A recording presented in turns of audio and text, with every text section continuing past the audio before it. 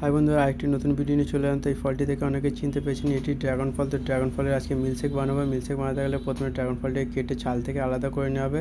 এটি ছোটো ছোটো করে মিক্সিতে দেবো। তো ড্রাগন ফল দুটি কালার হয়, হোয়াইট এবং রেড। তো রেড কালারটা মোটামুটি সবাই খেতে বেশি পছন্দ করে, তাই রেড কালারের মিল্কশেক বানানো হচ্ছে। তো দেখেন পুরোপুরি মোটামুটি কেটে নেওয়া হলো। এটি কেটে নেওয়ার পরে এর মধ্যে একটু ড্রাই ফ্রুট দেবো। ড্রাই ফ্রুট দিলে মিল্কশেকটি খেতে আরোই বেশি ভালো লাগবে। তো সব রকম মোটামুটি ড্রাই ফ্রুট দেওয়া হচ্ছে।